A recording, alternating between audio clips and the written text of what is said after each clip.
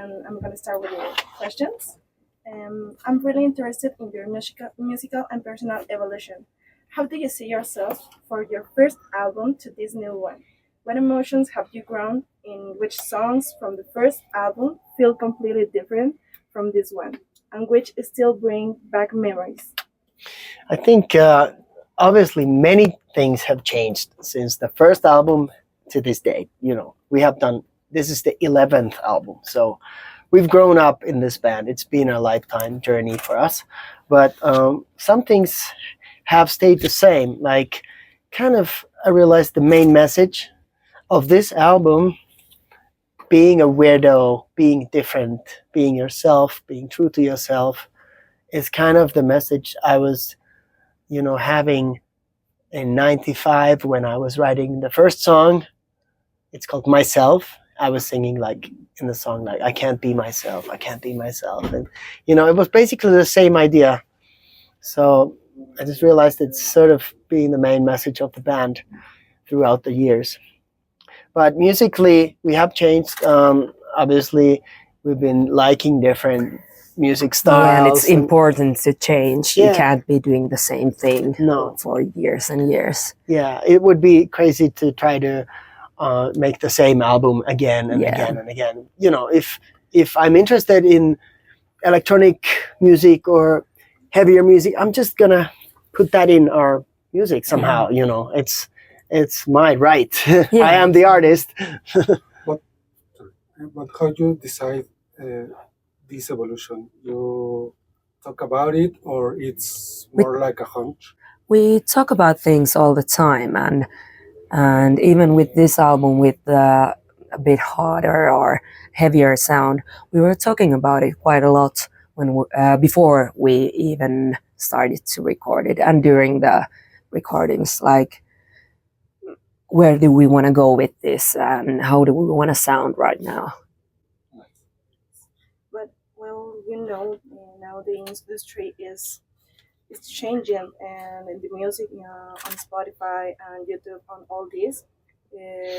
Maybe it's just like how to say it. It's available today. Your music is available today, and a lot of music is like it's going down. How do you do for this music stay available now? Because we are like fans, but a long time to new fans. How do you do that?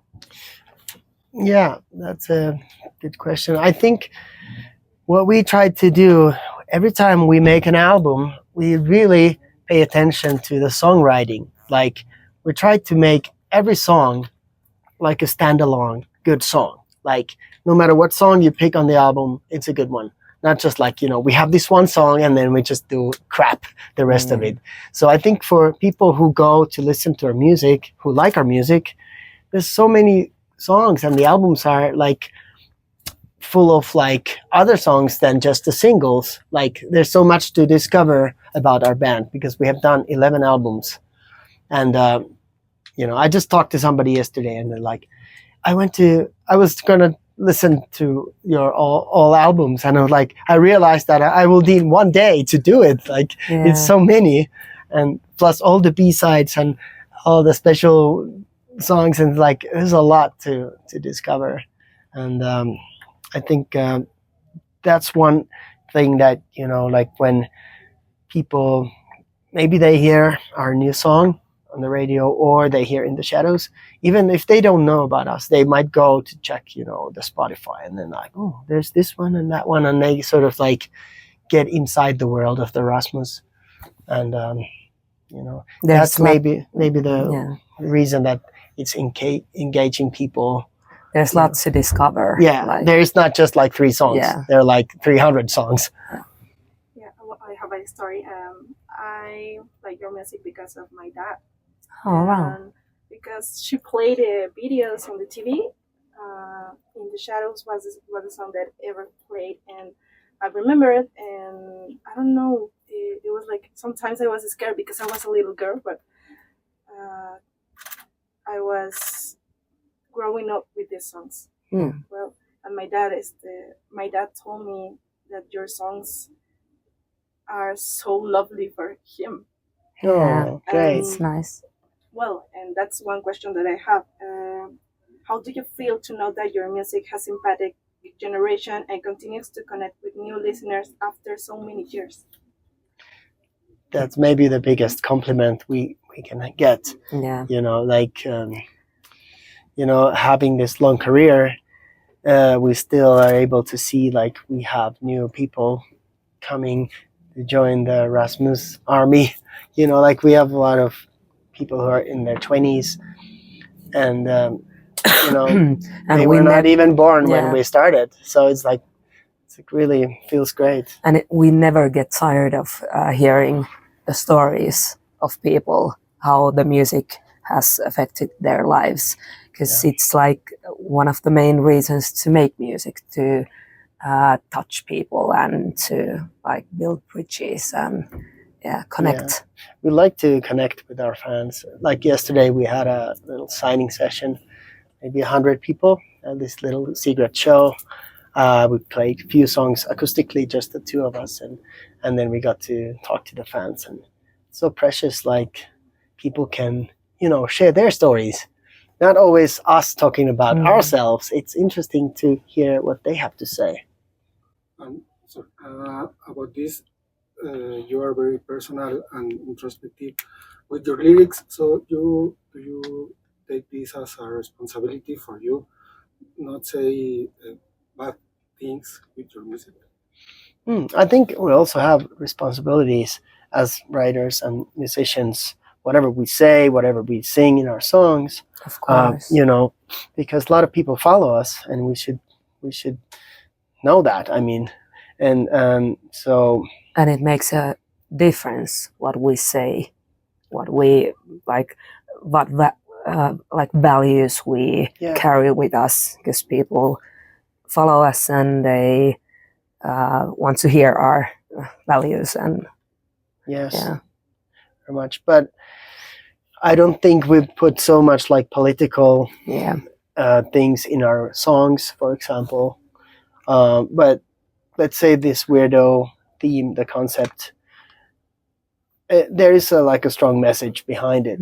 Like, because I think nowadays world is heading into a very twisted place with all the social media norms that people should try to look like this and have lips like that, and like everybody should kind of be the same, and this is the standard, this is where we're trying to be, and this is how much money we will try to make, and like a lot of pressure for especially young people. They must be messed up, like getting all that information, like like we were just talking about it today, like when we started there was not so much like information coming, like, and so many ideas, like you would actually have to look for something and discover something. Now everything comes to you like all the time, and you have to make choices. You have to make choices, and I think putting a lot of pressure on young people that they should know very early that what they want to be when they grow up, and like you don't know that. We still don't know that. We've been doing this music. I mean, that's something, but I don't know what's like, still heading somewhere, and that's fine. You don't have to be complete ever. You just like be on your way there. Still with the WEIRDO album, is the band a kind of weirdo? Yes, we definitely. We are a little weird, and it's fun. Like, I put feathers in my hair and I walk on the streets and people are like, what is that? Like, what the hell? Like, I enjoy that. I've always been like that, just to stir it up a little bit. Like, and I'm able to laugh at myself, not to take myself too seriously. There are moments I do take myself seriously, and of course, but still, it's like we're quite goofy, guys. We have our dark and of course moments and like serious songs, but then again, the same time, there's something like a little silly happening. Like that's kind of the Rasmus style, like evil and cute. Neat. Love it. I have another question that I want to know. What is your favorite word en español? What's your favorite? Oh, word. I was gonna say churro. Oh, really? Because this one guy was just asking, "Do you wanna have a churro?" I was like, "I'm so full." That was the first thing I thought about. Yeah, It's a fun word to say. Churro. yeah, it is. A perro. Churro Pero has it's nice.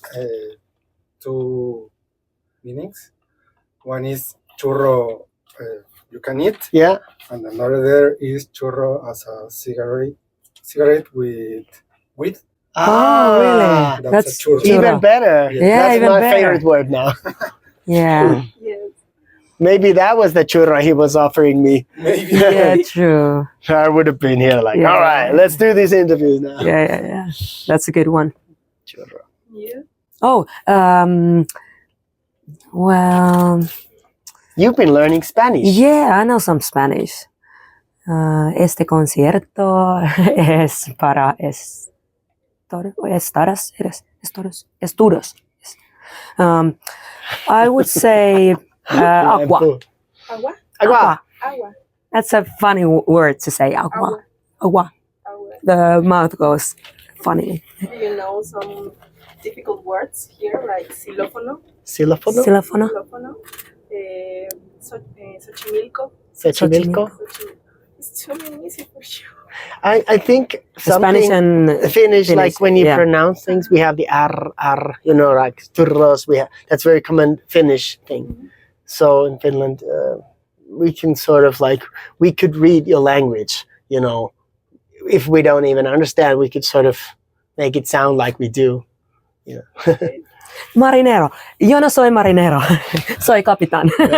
That's my favorite. That's from a song. I Yeah. recognize that. Es una muy buena palabra. It's very good. And okay. The last question is, I want to know the reason why Mexico is the last location on your map. To relax with tequila or tacos? Well, we have come to Mexico, I don't know, 15 times. And we've seen so many things here, like not just, you know, hotels and venues. We have really enjoyed the culture a lot. Like last time we were here, we had a chance Frida to visit Kahlo. the Frida Kahlo Museum. We had a private tour. Yeah, it was You know, nice. Yesterday we went to this other museum. No, day before, on Tuesday. Anyway, So Maya. yeah, they have the Gates of Hell, this Yeah. creepy piece of art, you know, from the 18th century or Yeah. something. And we have visited Coyote, the area is very nice. Coyoacán. Yeah, Coyoacán. Yeah, Coyoacán. Coyoacán. And we the Teotihuacan pyramids twice. We have you know, we have traveled different cities too, not just Mexico City. Yeah, now we have gigs in Yeah. Guadalajara and Monterrey, Yeah, which we've visited before. but as also well. we have been to the smaller ones. Okay, yeah. It's become a very important territory for us, and important, like we have connection with the fans. Like we've come here so many times, and you know, some people we recognize from the first time we came, like 2003. And you know, these girls that we're following us all day today also. Yeah. I don't know how they find us, but they They just do. pop up Yeah. from somewhere. But Like, they "Oh, have we're-" they've been coming to Europe. They have been coming to Yeah. America. Mexican girls. It's so cool. It's like a super fans. And the word says the Latin American people is the best people for do a concert. Yeah, Like that. great audience. Yeah, great really audience. loud. Really loud audience, and very like open-minded. I was just trying to tell you today, like how I'm seeing like the faces of the people, like yesterday, pure, happy. like pure, like just like kids, you know, like children. Like Yeah. there's nothing like in between us. Yeah, They're not faking anything. It's beautiful. That is so great. yeah. I love it.